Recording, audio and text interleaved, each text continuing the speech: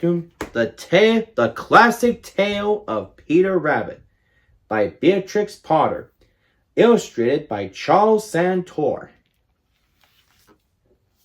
Once upon a time, there were 4 little rabbits, and their names were Flopsy, Mopsy, Cottontail, and Peter.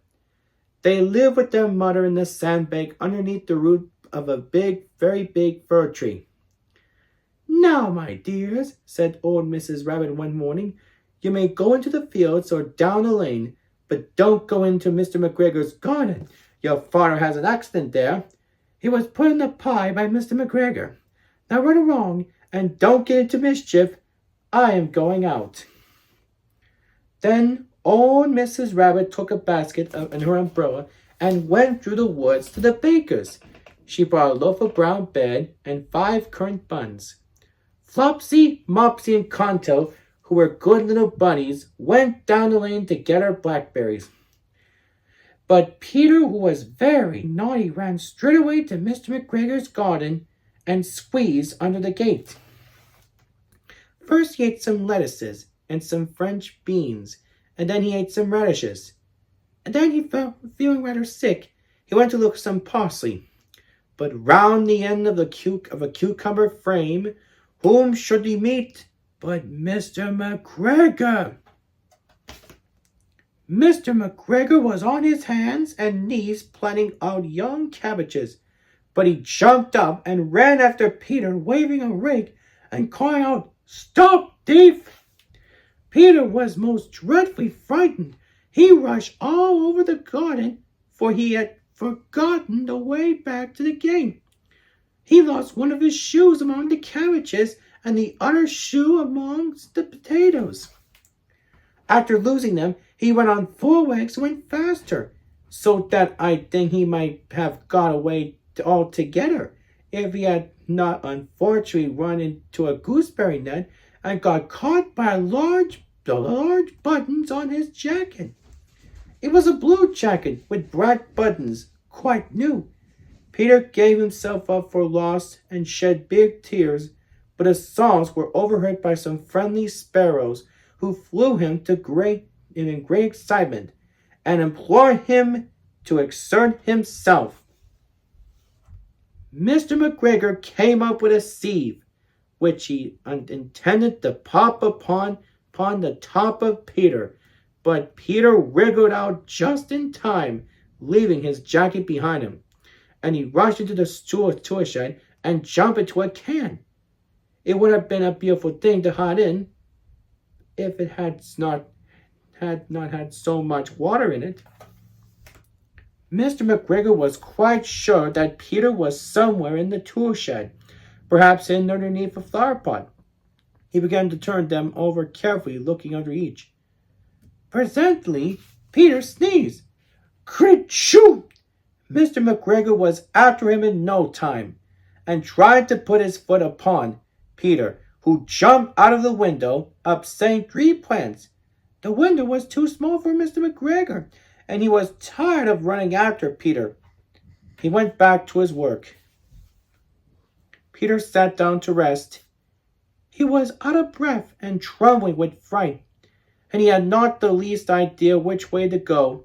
Also, he was very damp with sitting in that can. After a time, he began wandering about, going lippity-lippity, not very fast, and looking all around. He found a door in the wall, but it was locked, and there was no room for a fat little rabbit to squeeze underneath.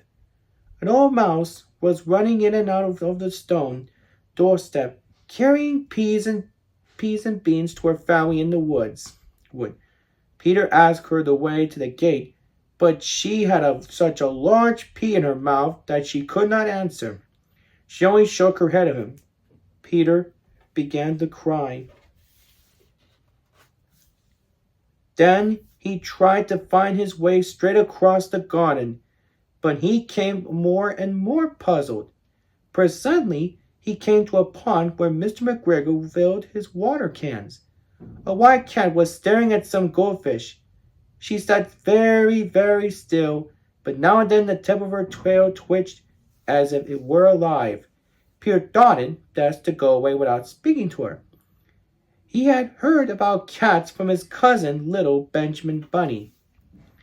He went back toward the tool shed, but suddenly quite close to him, he heard the noise of a hoe. Scratch, scratch, scratch, scratch. Peter scuttled underneath the bushes, but presently, as nothing happened, he came out and climbed upon a wheelbarrow and peeped over. The first thing he saw was Mr. McGregor's hoeing onions. His back was turned toward Peter, and beyond him was the gate. Peter got down very quietly off the wheelbarrow and started running as fast as he could go along a straight walk behind some black currant bushes. Mr. McGregor caught sight of him at the corner, but Peter did not care. He slipped underneath the gate and was safe at last in the wood outside the garden. Mr. McGregor hung up the little jacket and the shoes for a scarecrow to frighten the black birds. Peter never stopped running or looked behind him till he got home to the big fir tree. He was so tired that he flopped down upon the nice soft sand on the floor of the rabbit hole and shut his eyes. His mother was busy cooking. She wondered what he had done with his clothes. It was the second little jacket and pair of shoes that Peter had lost in the fortnight.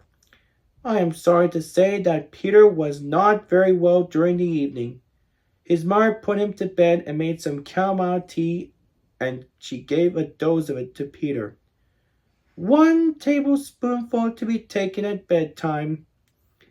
But Flopsy, Mopsy, and Cottontail had bread and milk and blackberries for supper.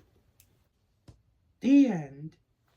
And this is Craig A. Varus saying, if you like this video, click like and subscribe, and keep on having a great day.